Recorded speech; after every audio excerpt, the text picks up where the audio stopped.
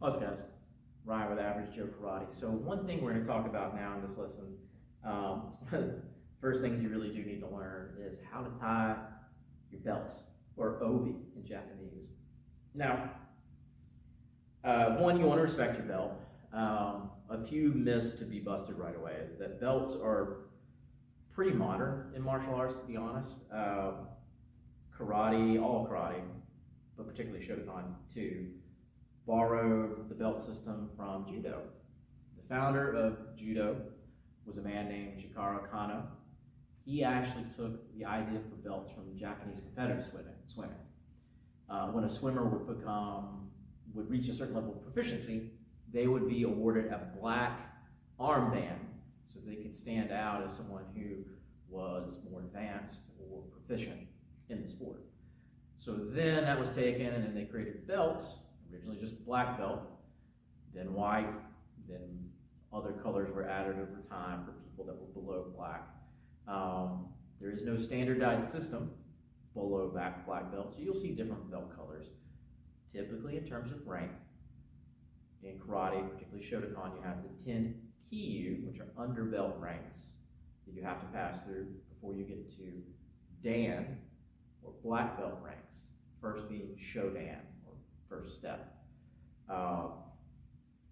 So to address that first, they did not come from people having white belts and letting them get dingy and nasty and never, washing them.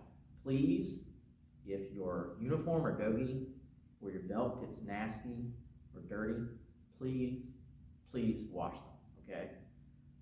This is also important in Japanese culture, so don't let anybody tell you that it's because they used to not wash the belts.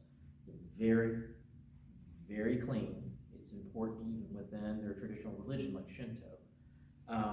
So now that that's out of the way, in terms of your belt, now you still want to show it respect. You've earned your belt, particularly if you do get to Dan level, but regardless of what level you're at, show respect to your belt and what you've earned.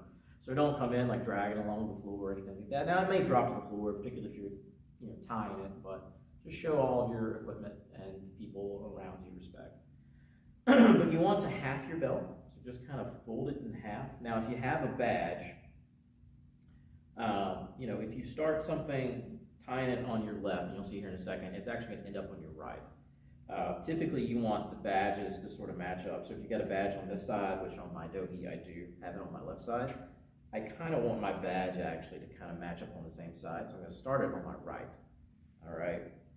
So you'll have your belt, put it just above your belly button. Now there is some philosophy behind the belt tying example I'm going to show you, okay? So we put it above our belly button, midways, and then just move it to the right, maybe 1 inch, half inch, okay?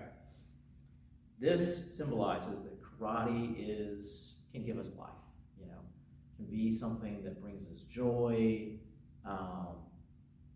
relieves mental stress, helps us become a better person physically and mentally, all right? It's kind of like our umbilical cord. So then we're going to take both ends around and cross them in the back. That represents, you always have to be prepared in life. There's people behind you and thousands of dangers every time you go outside your door that you do not know about. You need to be prepared. You'll bring the two halves in front, cross the left over both, and bring it under. All right? Again, this symbolizes that you have people in front of you too, like obstacles or potential enemies, but let's say obstacles in front of you always need to be prepared for too. Don't run away from those. Face them head on because they're in front of you. Then take the right over left, under, and pull. And what it does, it makes almost like two ventricles. So it makes almost sort of a heart kind of pattern, because karate is all about respect and spirit or heart. All right? And that's it. That is how to tie your obi.